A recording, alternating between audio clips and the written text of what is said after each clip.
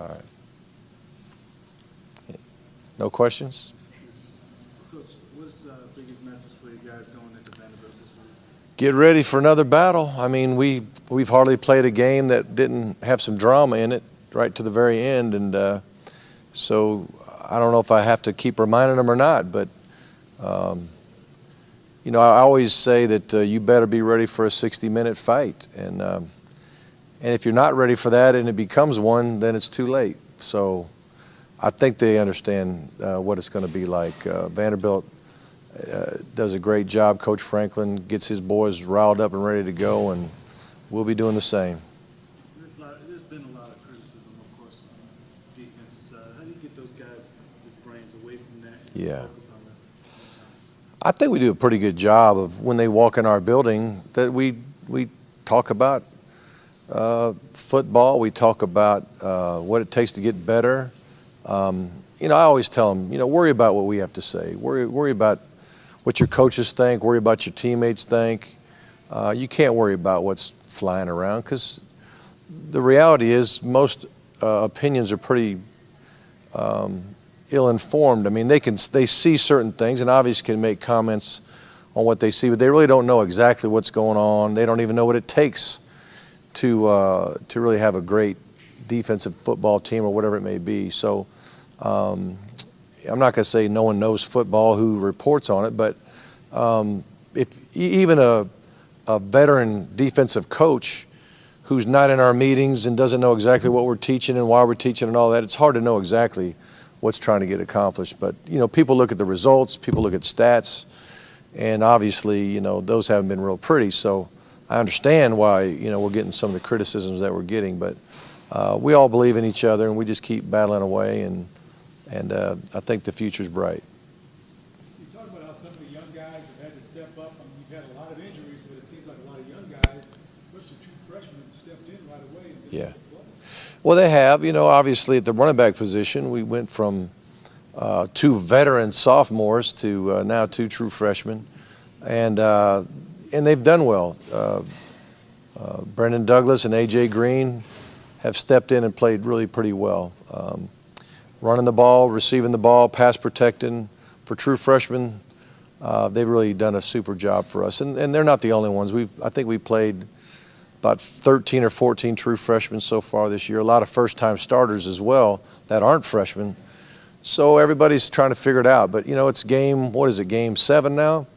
Right around the midpoint of the season. You know, some of these guys are experienced because they've played 5, 6 games.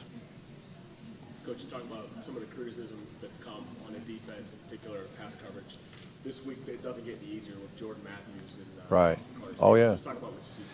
Yeah, Matthews is a great receiver. He's about to break Terrence Edwards' record, actually. Terrence Edwards, who played here at Georgia at receiver, still holds the record for the most receiving yards in the history of the SEC. And Matthews needs 102 to tie it, 103 to beat it.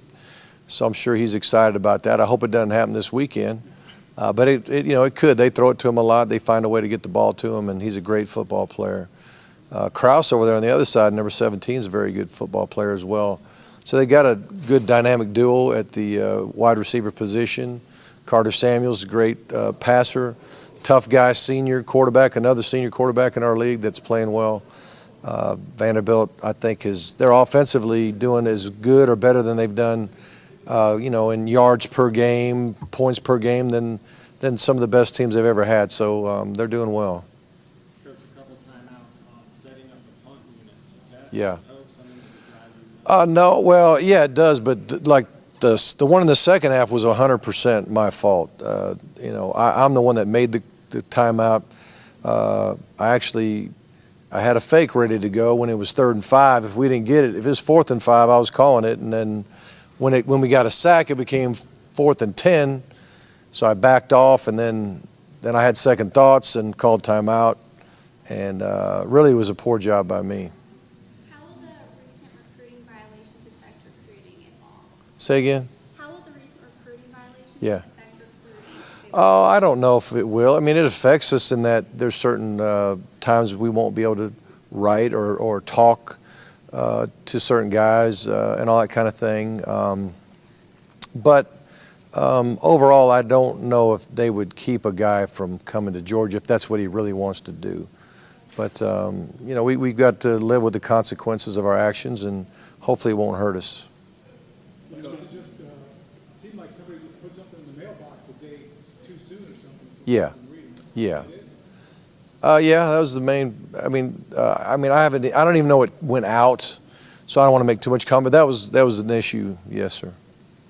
Coach, this is the third year, I believe, of Coach Franklin up there at Vanderbilt. Some people still see Vanderbilt on the schedule and think it's the old Vanderbilt. Yeah. Just talk about Well, I think the people that think that are the people that haven't played them. I mean, it may be fans around the league or fans around the country that don't really know what they've done there. We've played them the last 3 years. We know what's going on over there, and we have a high level of respect for what's going on.